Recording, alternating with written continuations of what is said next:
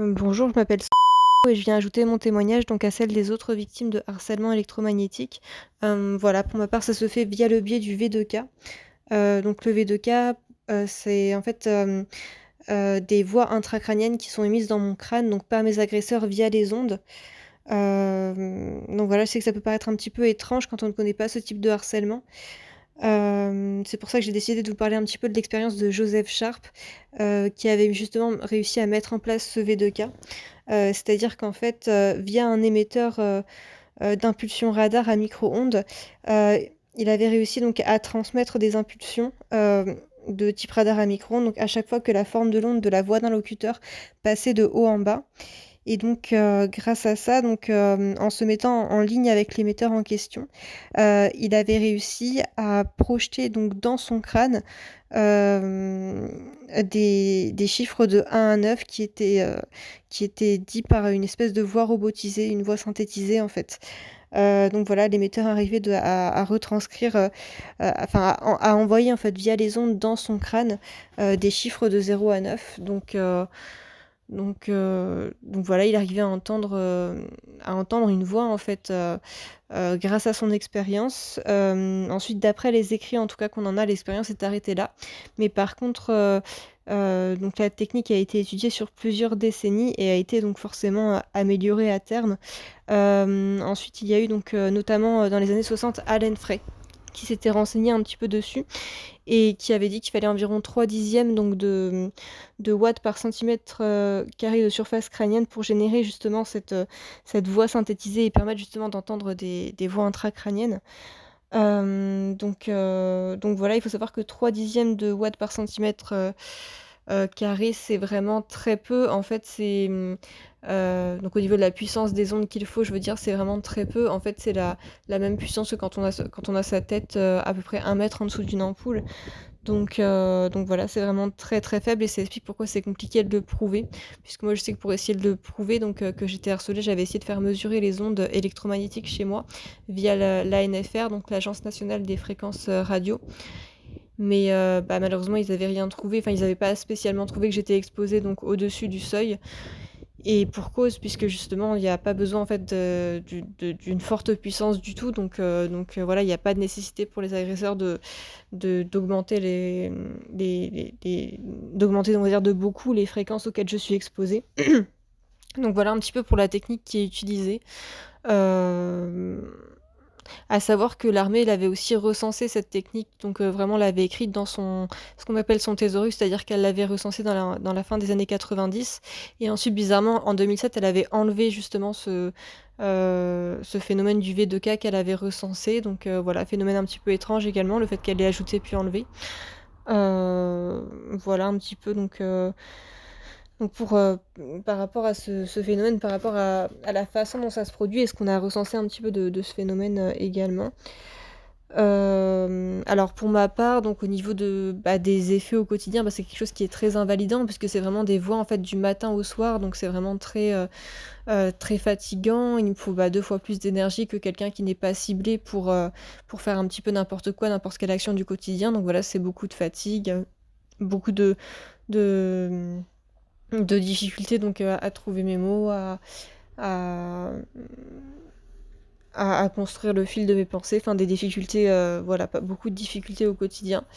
Donc voilà, quelque chose de vraiment très, très invalidant et alors malheureusement donc pour moi ça a commencé en 2018 et le problème est aussi que les premières années, forcément, ne sachant pas en fait ce qui m'arrivait, ne connaissant pas le phénomène, je m'étais tournée vers le la possibilité que ce soit des hallucinations psychiatriques et conséquence de quoi donc j'ai eu un traitement, pendant des années et des années, un traitement qui était devenu au fil du temps assez lourd puisque les psychiatres ne voyant aucune amélioration donc sur les symptômes, donc sur les voies intracrâniennes et bien forcément ils augmentaient le traitement à tel point que là, même des années après l'avoir arrêté, j'ai l'impression d'en sentir encore les conséquences au quotidien, donc les pertes de mémoire, les difficultés des fois à trouver mes mots, et cetera. Donc c'est vrai que c'est vraiment pas évident.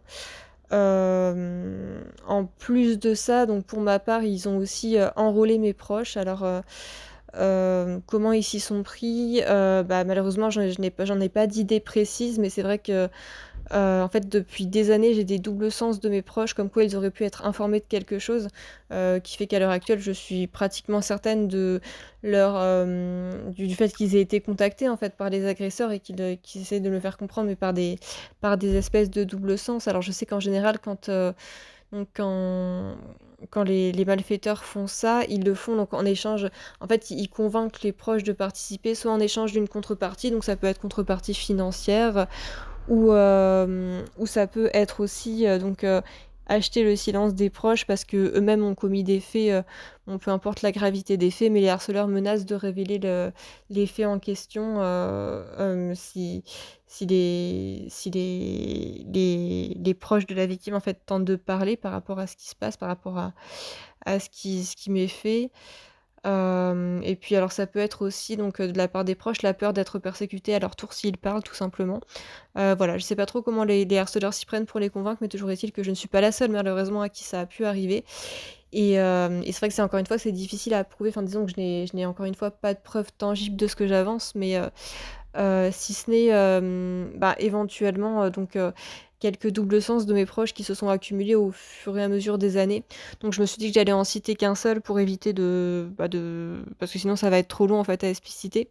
Mais c'est vrai qu'il y a notamment, donc une lettre de ma tante qui date de quelques mois après que le harcèlement ait commencé, où en fait, elle m'avait écrit une lettre, donc sachant que déjà elle était pas censée connaître mon adresse à ce moment-là, donc c'est très étrange qu'elle ait pu m'adresser cette lettre et en fait, dans la lettre en question, donc bon, c'est une lettre un petit peu lambda où elle donne des nouvelles, donc notamment de mes cousins et cetera et c'est vrai qu'en plein milieu de la lettre, il y a une phrase qui est vraiment très étrange, qui est la phrase: «Cette lettre est confidentielle, fais ce que tu peux». Sachant que ça voilà, ça fait vraiment preuve de non-sens par rapport au contexte de sa lettre. Il y a pas réellement de sens en fait, c'est puis même c'est pas dans ses habitudes de parler comme ça. Et puis voilà, c'est pas quelque chose enfin c'est une phrase qui est vraiment, qui est pas banale quoi et qui est vraiment très étrange dans le contexte où elle écrit. Et donc voilà, ça pourrait évoquer, pour moi un double sens comme quoi éventuellement elle aurait reçu une lettre des malfaiteurs ou comme quoi justement c'est les malfaiteurs qui lui imposent de faire ce genre de double sens un petit peu étrange. Heu, voilà par rapport à l'expérimentation qui est faite sur moi donc voilà, c'est enfin disons qu'après des doubles sens comme ça j'en ai plein mais voilà encore une fois je pense que je vais passer là-dessus parce qu'il y aurait ce serait vraiment trop long de tous les citer. Voilà, je pense que j'ai un petit peu fait le tour à la fois sur le phénomène, sur, le harcèlement dont je suis victime, la façon de procéder et puis les conséquences sur moi au quotidien. Voilà, je vous remercie dans un premier temps, de m'avoir écoutée. Et puis voilà, je me joins, bien sûr aux autres victimes pour vous demander de l'aide, pour vous solliciter, pour essayer de vous convaincre qu'effectivement, c'est le harcèlement électromagnétique malheureusement, c'est un phénomène qui existe mais qui est encore trop peu connu et en espérant que vous avez enfin disons que nos témoignages vous auront convaincu d'aller vous renseigner, d'aller regarder un petit peu plus, en profondeur, on va dire, les témoignages des uns et des autres, notamment sur internet. Parce que c'est vrai qu'à défaut de pouvoir apporter des preuves, tangibles, des preuves irréfutables de ce qui nous arrive, on peut au moins apporter la preuve du nombre, dans le sens où on est de plus en plus de victimes en fait et où malheureusement, voilà, on peut rien faire d'autre que d'essayer de se battre, d'essayer de convaincre un maximum, que ce soit les médias, les autorités, peu importe, d'essayer de convaincre de ce qui nous arrive et voilà, en espérant qu'éventuellement vous serez convaincus et que vous pourrez nous apporter votre aide. Voilà, je vous remercie beaucoup et puis je vous dis peut-être à très bientôt. Au revoir. Bonjour, je suis de nationalité française et j'habite en Suisse où j'ai travaillé pendant un bon moment dans la finance internationale. Tout a commencé en 2008 lorsque j'ai travaillé dans une fiduciaire anglaise. Un collègue français a commencé à me cibler dès le début en obtenant illégalement des données médicales me concernant et au sujet d'une consultation avec un psychologue durant laquelle j'avais été informée de ma surdouance. J'ai aussi dit durant cette consultation que mon père avait fait de la politique, dans le sens où il avait participé à une réunion avec le président du parti de l'opposition de mon pays d'origine. En fait, mon père aurait voulu aider en tant qu'activiste. Et voilà qu'un jour, ce collègue français, probablement franc-maçon, m'a révélé toutes ces informations confidentielles, normalement soumises au secret médical, tout en terminant en me disant « On va voir qui de nous deux a les bras longs ». Depuis ce jour, il a commencé à me traquer partout, mise sur écoute et pirater mon cerveau dans le sens d'une lecture et manipulation permanente de mes pensées qu'il retranscrivait sur des blogs sur Internet. Il s'est par la suite ligué avec le directeur financier d'un groupe bancaire dans lequel j'avais commencé ma carrière. Donc j'étais et je suis toujours surveillée et harcelée en permanence par les voisins et des inconnus partout où je me rends, même à l'étranger. En effet, mes données personnelles sont revendues à des tiers, comme des industries ou encore des milliardaires en vue de faire du business. Il y a donc recel d'informations personnelles. Ces actes de malveillance s'accompagnent d'intimidation, de diffamation et de menaces d'enlèvement, d'organisation d'accidents mortels, de sabotage à tous les niveaux concernant les membres de ma famille vivant en France. Pour ce faire, les exécutants utilisent entre autres les voisins, la population, ainsi que des technologies sophistiquées et l'intelligence artificielle. Les informations recueillies sur moi sont manipulées et diffusées partout dans le monde via des NTIC, c'est-à-dire des nouvelles technologies de l'information et de la communication. C'est pour cette raison qu'il y a une si grande viralité. À ce jour, cet ancien collègue français collabore avec les milliardaires qui poursuivent ce harcèlement criminel en réseau, puisque la population partout où je me rends claironne que ce sont les milliardaires et le pouvoir qui sont derrière tout cela. À la suite de tout ce que je viens de vous révéler, je souhaiterais grandement que vous puissiez mener une enquête en France avec l'entraide de la Suisse, car je prends très au sérieux les menaces de mort et d'enlèvement ou de disparition sans témoin ni preuve de mon petit frère résidant dans la région parisienne. Et selon les dires entre autres des voisins et de la population partout où je me rends. Merci d'avance.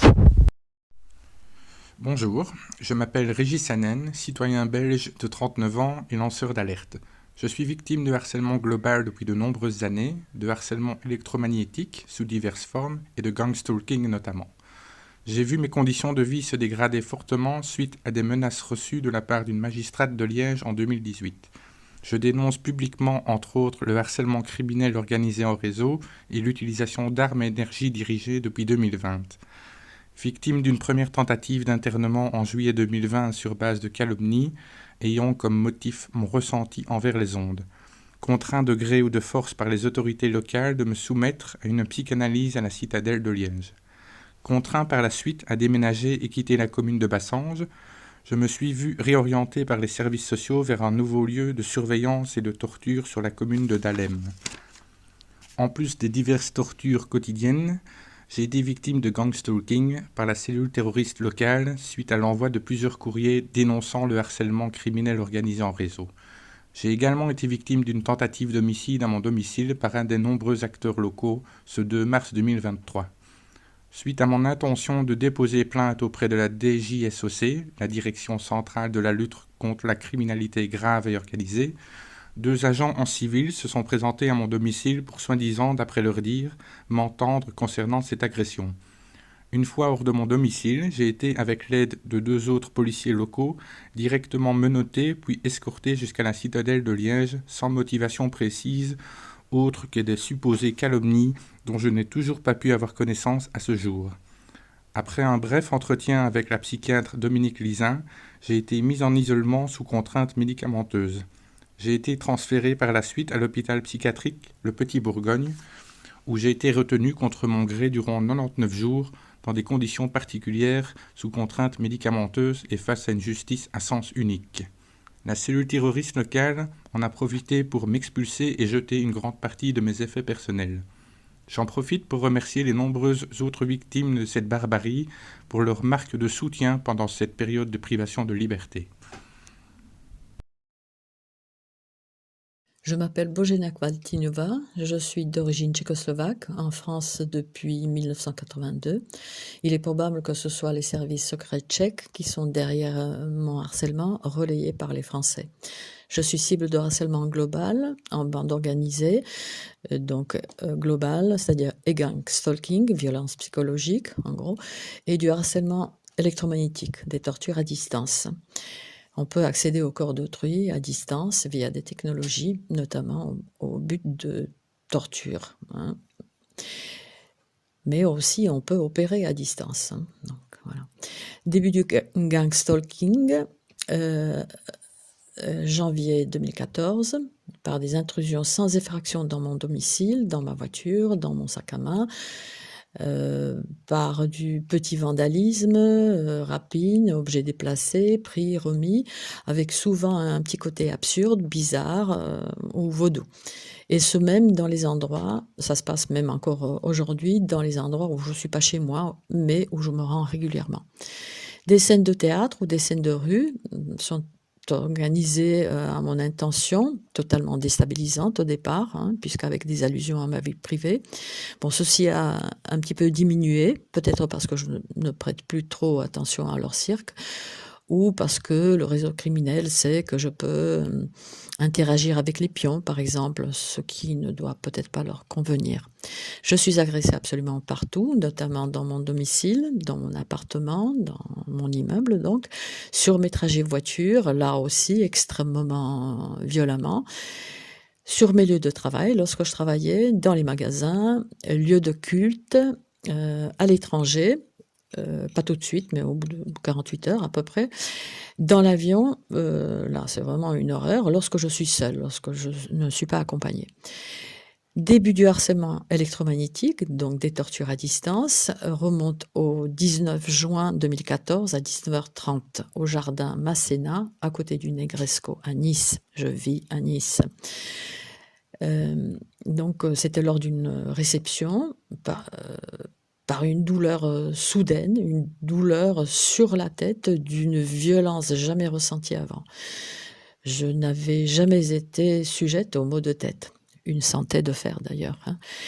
Alors, quelques jours auparavant, une sorte comme d'un casque invisible, une sorte comme d'un étau s'est posé sur ma tête. Il y est toujours, serrant avec plus ou moins d'intensité.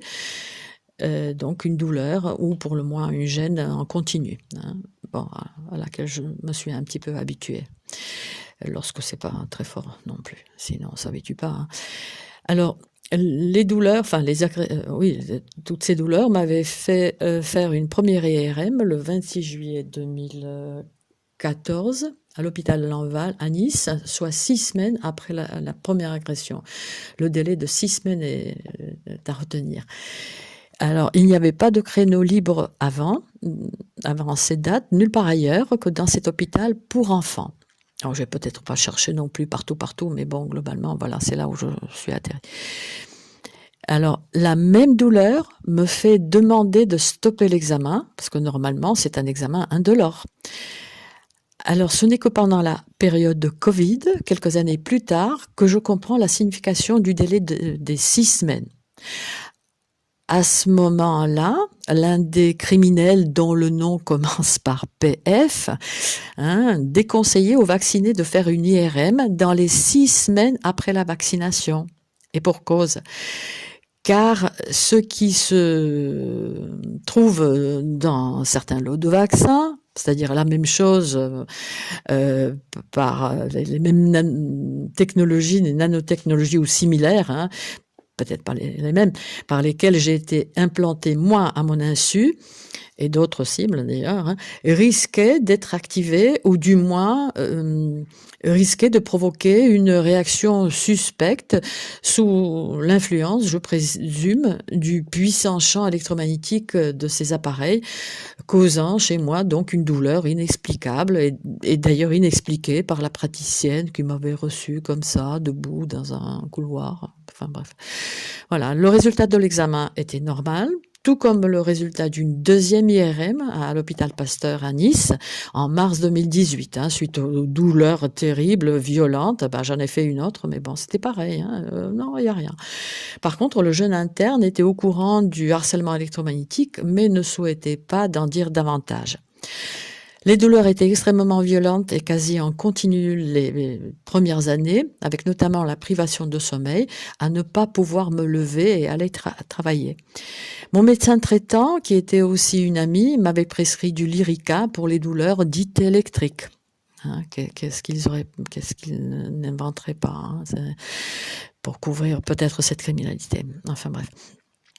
Je rends hommage à cette doctoresse, par contre, à une amie, donc, d'avoir réceptionné pendant 5 ans, avant de partir à la retraite, mes SMS de détresse lors des tortures à hurler, et ce de jour et surtout en pleine nuit.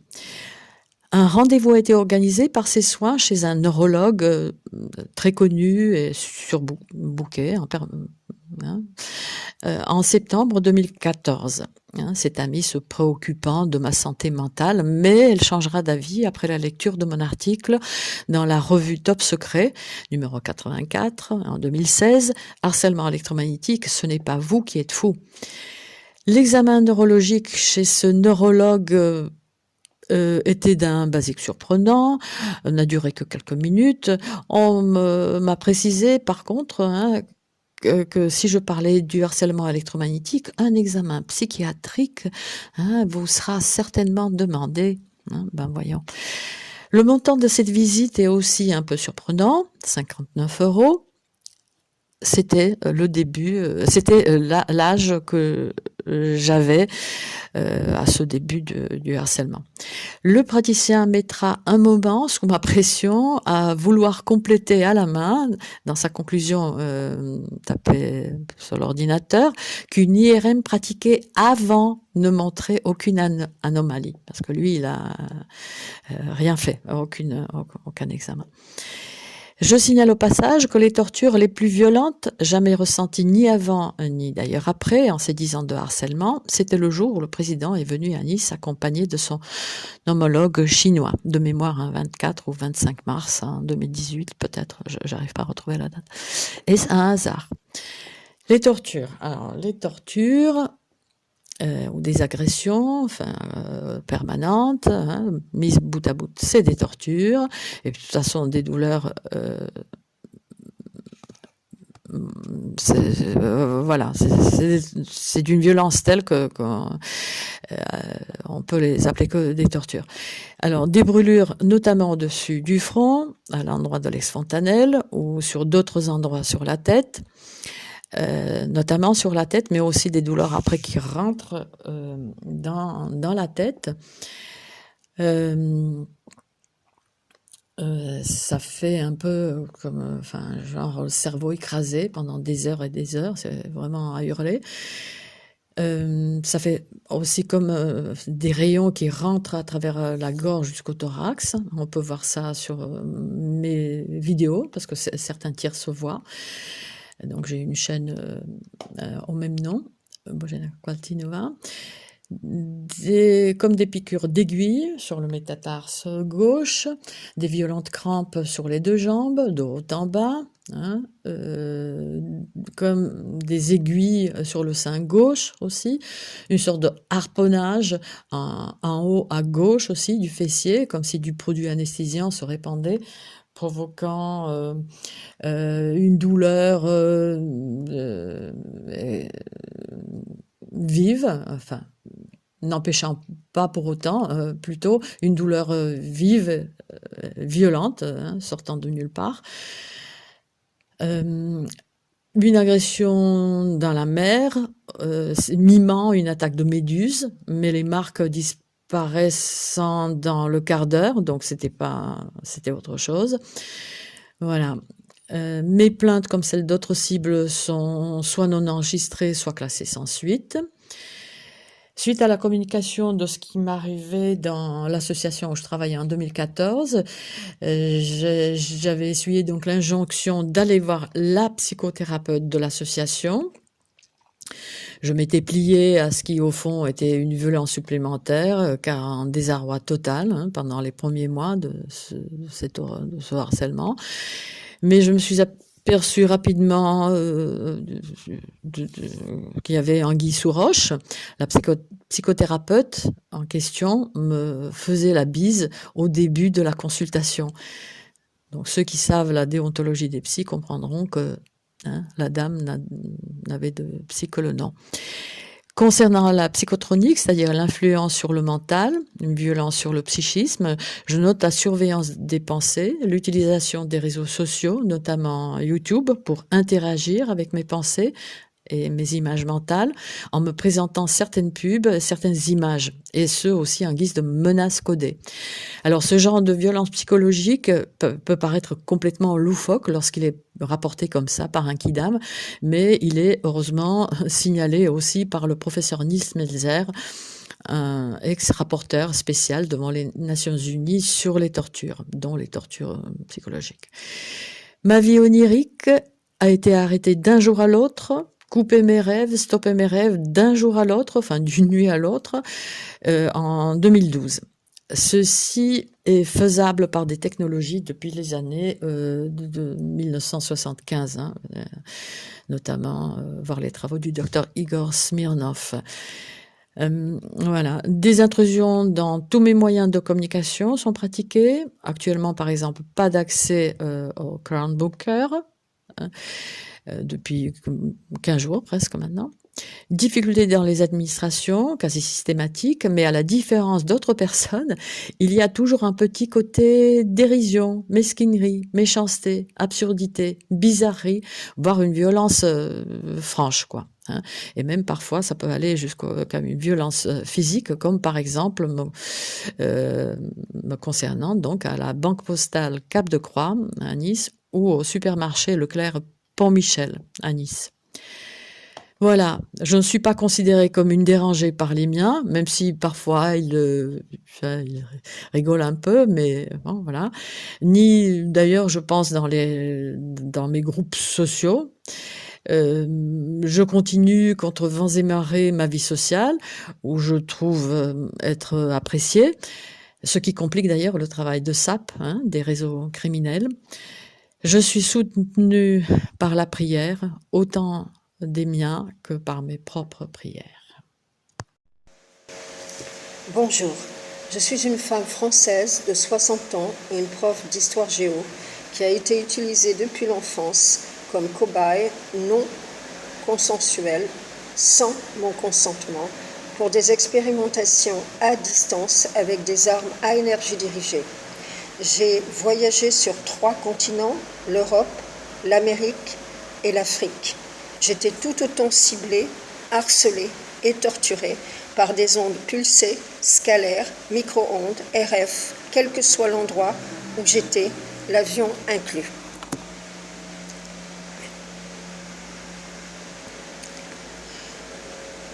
Est-ce que ça s'arrête là?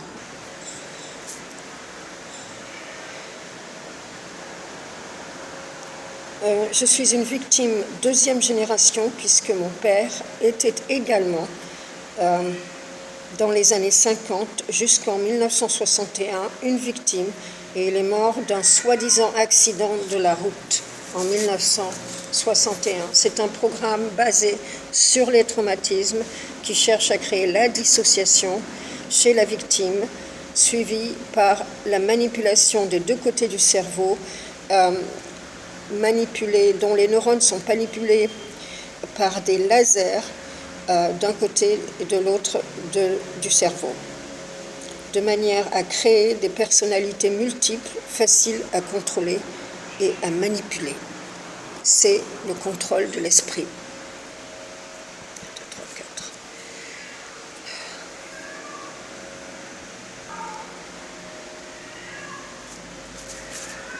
Voici la liste des traumatismes que j'ai reçus pendant toute ma vie.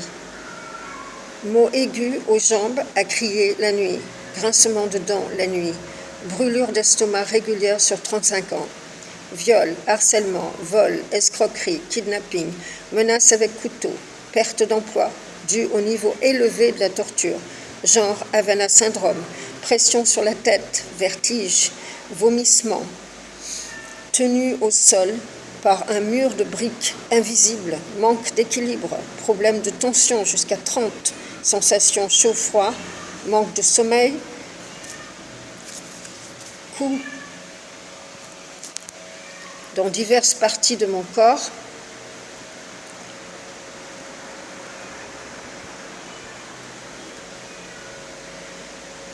peut donner le cancer, perte de cheveux, faire tomber dans la rue, casser les poignets et les coudes, sensation de brûlure, de piqûre, gonflement des pieds, difficulté à respirer, sensation de recevoir un produit dans le nez, sensation de recevoir des boules d'air dans la gorge, envoi de n'importe quelle odeur et réception de son et d'odeurs, des musiques, des chansons, des mots, des phrases à répétition, réception de visuels 24 heures sur 24, jour et nuit, films, dessins animés, visages d'hommes qui vont et qui viennent, couleurs fortes, séparation de la famille par conditionnement et lavage de cerveau, hypnose, transe, envoi de rêves synthétiques, cauchemars, rêves prémonitoires, mort préméditée de membres de la famille, ouvre les fenêtres, les portes, dévisse les serrures, peut manipuler les mécaniques de la voiture, peut influencer les gens qui viennent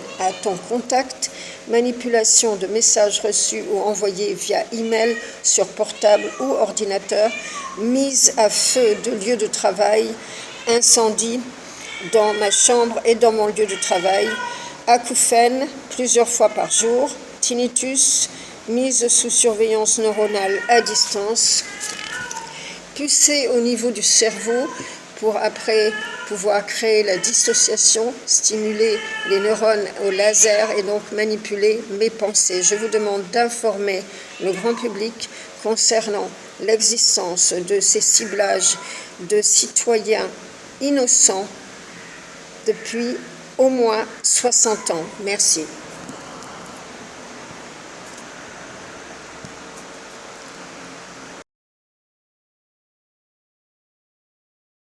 Donc voilà, hein, moi je suis ciblé depuis 2015, mais je pense que c'est un gang, une mafia de l'immobilier. Hein. Je pense pas que ce soit le même gang que vous autres. Et ce sont des vacheries, quoi, des pourritures aussi, hein, de toute façon. Hein. Ça change rien dans le problème. Au contraire, c'est même pire parce que moi, ils m'ont endormi en 2015, ils m'ont endormi pendant 6 mois, ils m'ont violé pendant 6 mois. Des tas d'hommes qui sont venus me violer. Maintenant, bon, quoi faire, quoi dire moi, je ne le savais pas, hein, j'étais endormi, donc je ne le savais pas. Après, j'ai eu des courses poursuites ils me couraient après dans le village partout et moi j'allais me cacher, j'allais dormir à l'hôtel, mais ils me retrouvaient toujours et ils me gazaient aussi à l'hôtel et ils me violaient aussi à l'hôtel. Donc ça a commencé comme ça en 2015, hein. Donc en 2018 j'ai su que c'était un gang stalking parce que c'est Facebook qui me l'a appris. Heureusement que j'ai eu Facebook, ils me l'ont appris. Et donc à partir de ce moment-là, à Dijon, j'ai beaucoup souffert. Hein, je mangeais dehors, il faisait froid, il pleuvait, et puis donc pareil, ils m'envoyaient beaucoup de produits chimiques. C'est beaucoup des produits chimiques que j'ai eu. Et ils n'ont pas eu les armes aussitôt. Eux. Ils n'avaient pas les armes aussitôt. Donc ils m'ont beaucoup gazé et aujourd'hui j'ai le sang qui j'ai fait du HP hein, à cause d'eux hein, ils m'ont fait envoyer en HP hein, c'est la police hein. Alors j'avais découvert, j'ai fait faire des analyses d'air hein, et j'ai découvert du benzène, du toluène, de l'hexane, que des produits d'hydrocarbures quoi. Et comme ils savaient que j'étais en surveillance pour un pic monoclonal en 2015, donc ils m'ont fait pendant 8 ans, là ça fait des hydrocarbures, des produits chimiques en pagaille. Ils m'en ont envoyé plein aussi quand j'étais dans les rues, dans les magasins, au CHU à Dijon, quand j'ai été voir mon petit frère. Ils ont pas arrêté, quoi, des produits chimiques, tant qu'il y ait plus, même dans les voitures. Ils balançaient des voitures, des produits chimiques. Et ça rentre bien, hein, dans les voitures, hein. Ouais, ça, je te signale que ça rentre bien. Donc, voilà, j'ai fait aussi 3 fois de HP parce que, forcément, ils m'ont tendu des pièges aussi. Et puis en 2015, on était un peu moins cru, même moins cru qu'ici que maintenant. Hein. Maintenant, ils font semblant de pas nous croire, mais de toute façon, ils le savent. Hein. Tout le monde le sait. Hein. Mais voilà, et puis donc là où en ce moment ils sont en furie, ils ont fait une nouvelle installation, je pense, et les tirs font vraiment très mal. On croirait qu'ils découpent la chair. On croirait qu'ils te découpent la chair. Et moi, ils m'ont fait quand même une phlébite, hein, avec une embolie, hein. Et c'est eux qui m'ont fait ça, parce que j'avais des trous plein les jambes, hein. Donc, forcément, hein. Et puis voilà, donc, et là, ce matin, il me tire dans la tête aussi, et beaucoup dans la tête. Et là, quand je rentre, là, maintenant, il m'attaque dans la colonne vertébrale. Voilà, et j'ai continué d'attaquer pour que mon pic monoclonal soit là, et puis qu'on dise, oh bah oui, bah elle est morte d'un pic monoclonal, hein, ça paraîtra tout à fait normal, hein, c'est ce qu'ils pensent eux, c'est ce qu'ils pensent eux, voilà. Et ben voilà, ben j'en suis pas sorti, j'ai encore pas sorti de l'auberge, ça n'arrête pas. Je suis obligé de m'en aller, et encore quand je m'en vais, je vais ailleurs, c'est pareil, hein, ils sont là, hein, ils sont partout, de toute façon, comme vous le savez. Et voilà. Donc beaucoup de mal, beaucoup de souffrance, beaucoup de souffrance. Là j'ai été faire des analyses de sang encore et encore. Voilà. Ils rentrent chez moi, ils volent. Ils volent beaucoup de choses. Ils me volent même mes chaussures, mes soutiens-gorge tout neufs, mes petites culottes, des habits, mes chaussures, ouais, je viens de le dire. Tout ce qu'ils veulent, tout ce qui est neuf, tout ce que je ramène, ils me le volent. Voilà. J'ai acheté une poêle à marron, je la trouve plus, donc faut pas se demander où elle est. Enfin, et de toute façon, c'est tout le temps. Ça n'arrête pas. Voilà. Quand je suis pas là, eux, ils y sont là. Voilà. Ils font ça. Ils aiment bien faire ça. Ouais. Et puis, bon, ils m'ont fait dépenser beaucoup d'énergie, hein. J'avais 100 € d'électricité par mois. Ouais. 100 € d'électricité par mois. Et puis, bon, ils font tout, hein. Tout pour nous ruiner, de toute façon. Nous ruiner la santé, tout. Et puis ça continue. Alors je voulais pas faire ce truc-là. Je voulais pas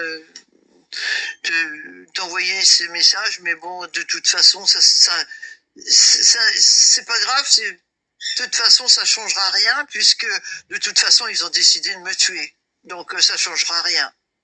Voilà. Alors, je pourrais aussi en continuer de rajouter plein des choses. Hein. Ça n'arrête jamais. Hein. Tout ce qu'ils peuvent faire, ils le font. Hein. Alors moi, ma jambe se remet pas, ça dégonfle pas. Ils me retirent dedans toutes les nuits, alors forcément, ça dégonfle pas. C'est tout épais, c'est tout gonflé. Voilà. Ils me volent aussi la nourriture. Ah bah oui, hein, on s'attaque aux petits parce que comme ça, eux, il arrivera n'importe quoi, ils ont tout ce qu'il faut, hein. Ils ont tout ce qu'il faut. Et ce sont des gens d'ici, hein, de Potène. Hein. On est 19 habitants et on en a 11 mafieux. Voilà. Donc, je suis pas sortie de l'auberge. Voilà. Oui, j'espère que ça servira à d'autres. Parce que moi, j'ai discuté avec Stéphano. Stéphano, lui, il a affaire à des gangs d'État.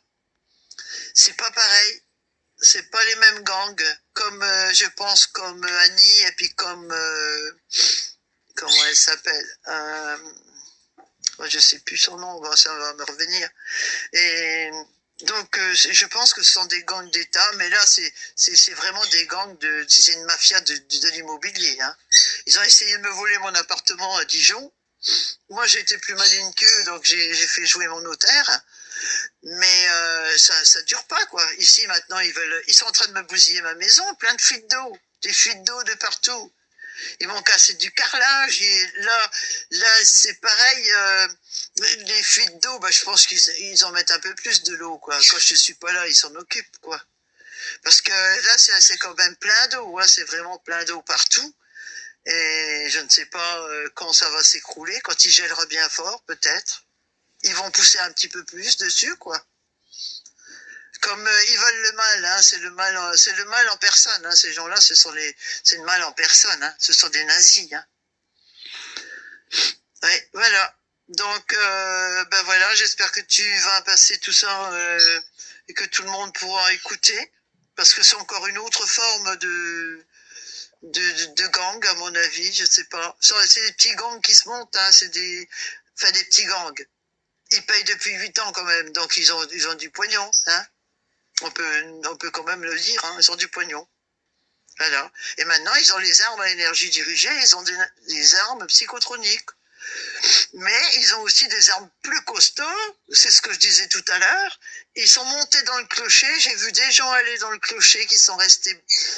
Un jour, ils sont restés au moins 3 heures et le lendemain, ils ont dû rester 5 heures. Et moi, je pense qu'avec l'aiguille du clocher qui nous font avoir le téléphone, hein, avec les ondes électromagnétiques. Donc je pense qu'avec cette antenne-là, maintenant, ils sont encore plus en avance et là, ça fait mal. Hein. Là, je vous garantis que ça fait mal. Donc je sais pas ce que ça va faire, qu'est-ce qu'ils vont faire, on ne sait pas. Voilà. Bon, ben j'espère que tout va aller bien, que ça sera bien enregistré. Bon, j'en doute un peu. Eh ben, merci de votre écoute à tout le monde.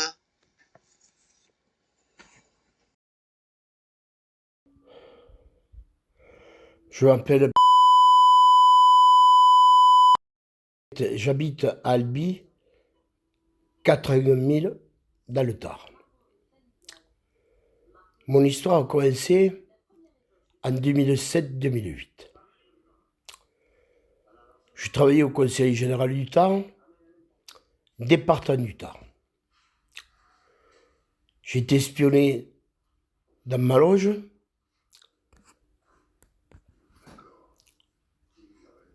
par des gens de l'informatique et à mon poste de travail. Ça continuait. Et depuis cette période-là,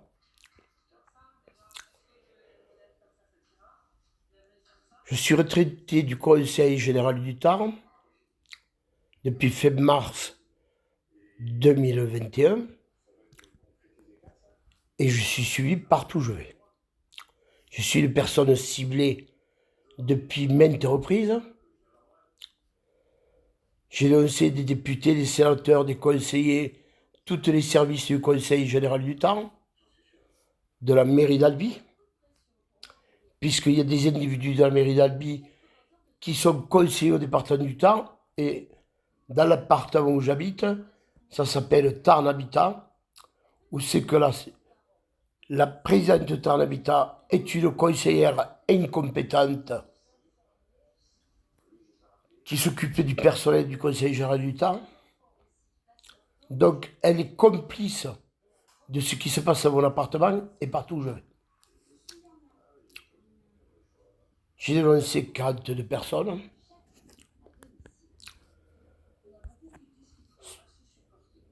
On appelle ça... Nous sommes persécutés par des gens qui se croient intouchables, alors que c'est des pervers et des sectaires, et c'est reconnu un crime contre l'humanité, et surtout le terrorisme tardé.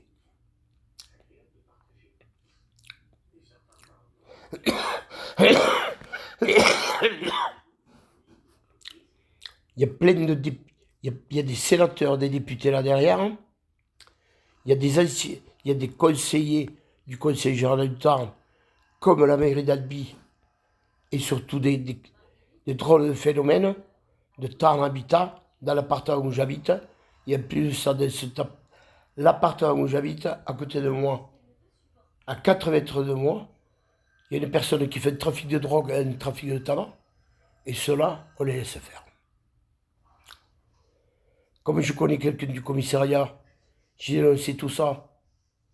Et quand je suis au commissariat pour porter plainte contre X, ils n'ont pas voulu que je porte plainte et ils m'ont envoyé au tribunal d'Albi. Au tribunal d'Albi, que je sois 20 km, 30 km, n'importe quoi, On me coupe la parole et on me déforme ma parole et le mot pour que je ne puisse pas parler et me contrer ce que je suis en train de dire. Au tribunal d'Albi, une personne m'a dit, M. Bernard, l'harcèlement électromagnétique, porte plainte au procureur public parce que c'est des gens qui s'amusent sur votre vie et qui sont en train de vous détruire. Pour eux, c'est compté comme un jeu. Pour moi, c'est un crime. C'est pénal, il faut faire arrêter ces criminels et ces sectaires. Même quand je soignais ma mère il y a quelques années, ils ont été invivables, invivables. Je subis quelque chose qui est atroce, d'être sous contrôle 21 heures, 24 heures sur 24, partout où je vais. Dans mon appartement, on me coupe la parole, je les entends parler au téléviseur, parce que c'est le système qu'ils ont installé. C'est atroce ce que je subis. J'ai plus de force. J'ai plus de force. Ma santé s'est dégradée depuis des années. C'est de pire en pire jour et nuit. C'est une violation de la vie privée, atteinte à la vie privée. C'est une infraction. Du moment que je suis harcelé à domicile, c'est une infraction. Les assurances ne veulent pas marcher. Le commissariat d'Albi, ils n'ont pas voulu que je porte plainte. Et moi, je suis tellement connu. J'ai dénoncé 2 pompiers. J'ai dénoncé 2 pompiers qui s'amusaient sur mon dos.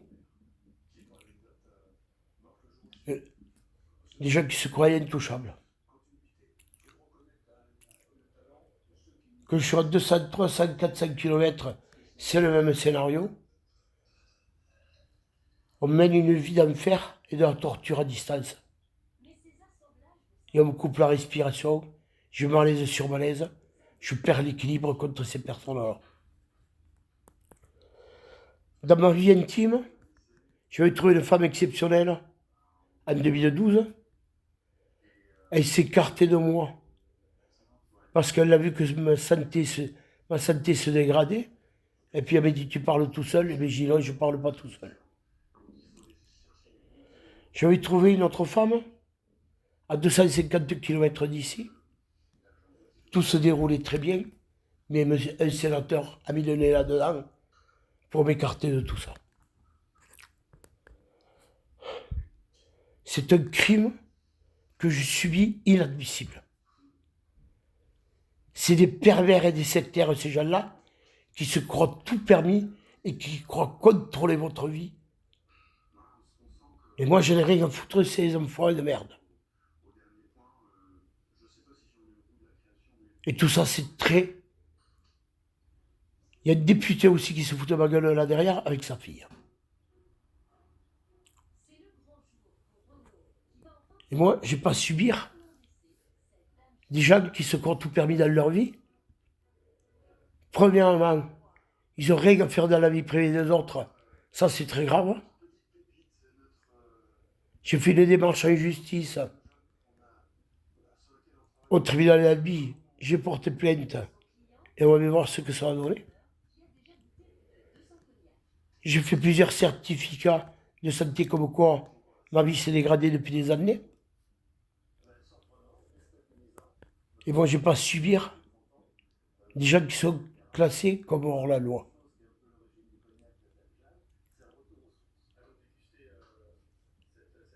J'ai plus de force, hein. J'ai plus de force. C'est partout où je vais. Dans la semaine, j'étais à 78 km d'Albi, à Toulouse, au CHU de Rangueil à Toulouse. On m'empêchait, même pour passer l'échographie, on m'embêtait quand je passais l'échographie à distance. Les gens, ils se croient tout permis. J'ai dénoncé des personnes de l'informatique du Conseil général du temps. Plein de personnes. Et les gens qui croient contrôler votre vie depuis des années. Il y a des avocats derrière tout ça aussi, qui sont contre moi. Je ne peux plus vivre. Et je suis en train de jour en jour, je suis en train de m'éteindre. Parce que je n'ai plus de force. Et je suis en train de m'éteindre.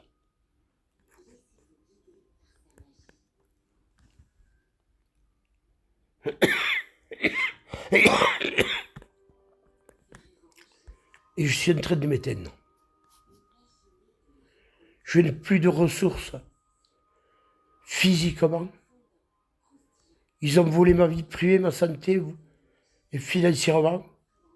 Parce qu'en étant pris à 100%, avec une mutuelle qui vient d'augmenter, j'ai une mutuelle entre 1700 et 1800 euros. Et ces personnes se sont tout permis dans leur vie.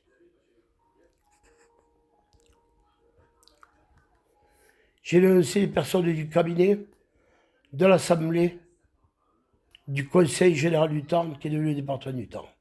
J'ai dénoncé Tarn Habitat et j'ai dénoncé des individus de la mairie d'Albi.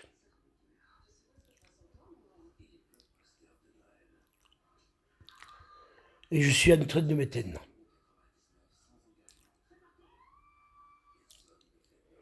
Je fais ce témoignage pour que ça passe à YouTube et qu'il puisse aller dans le monde entier.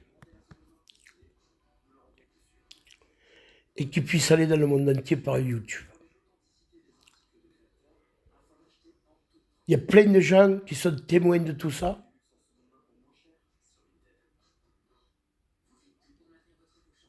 Et de subir ça, c'est atroce. Hein. D'être suivi partout où je vais. Sous surveillance depuis des années. Et je suis en train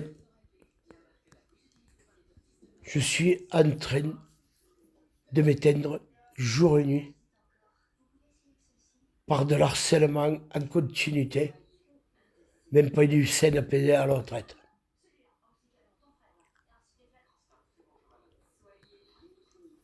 Je vais arrêter ce témoignage parce que j'ai la difficulté à parler maintenant. Eléa, je t'envoie ce témoignage pour que tu puisses l'envoyer dans le monde entier.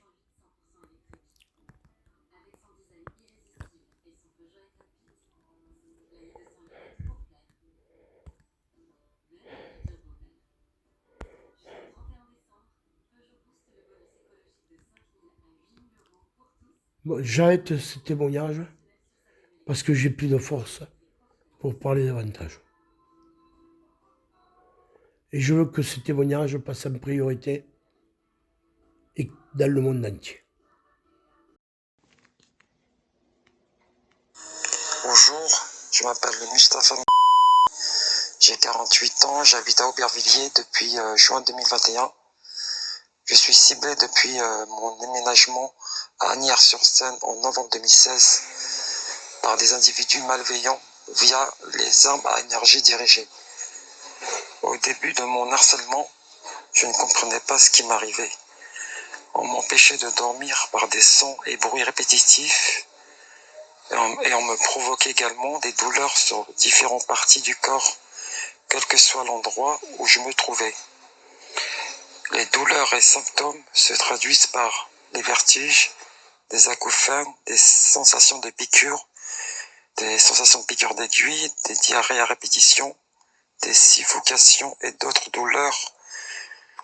Après plusieurs semaines de recherche sur Internet, j'ai appris que je n'étais pas la seule victime et qu'il existe de nombreux témoignages concordants avec ce que je vis.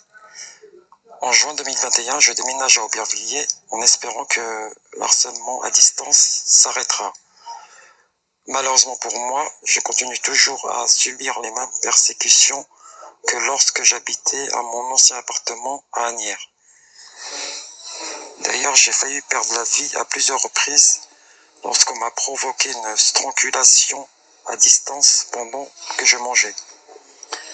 Face à cette situation, je souhaiterais une législation spécifique concernant la torture à distance via les armes à énergie dirigée, afin que cela cesse et que les auteurs de ces crimes soient jugés. Je vous serais reconnaissant d'informer l'opinion publique de ces agissements criminels. Merci de m'avoir écouté.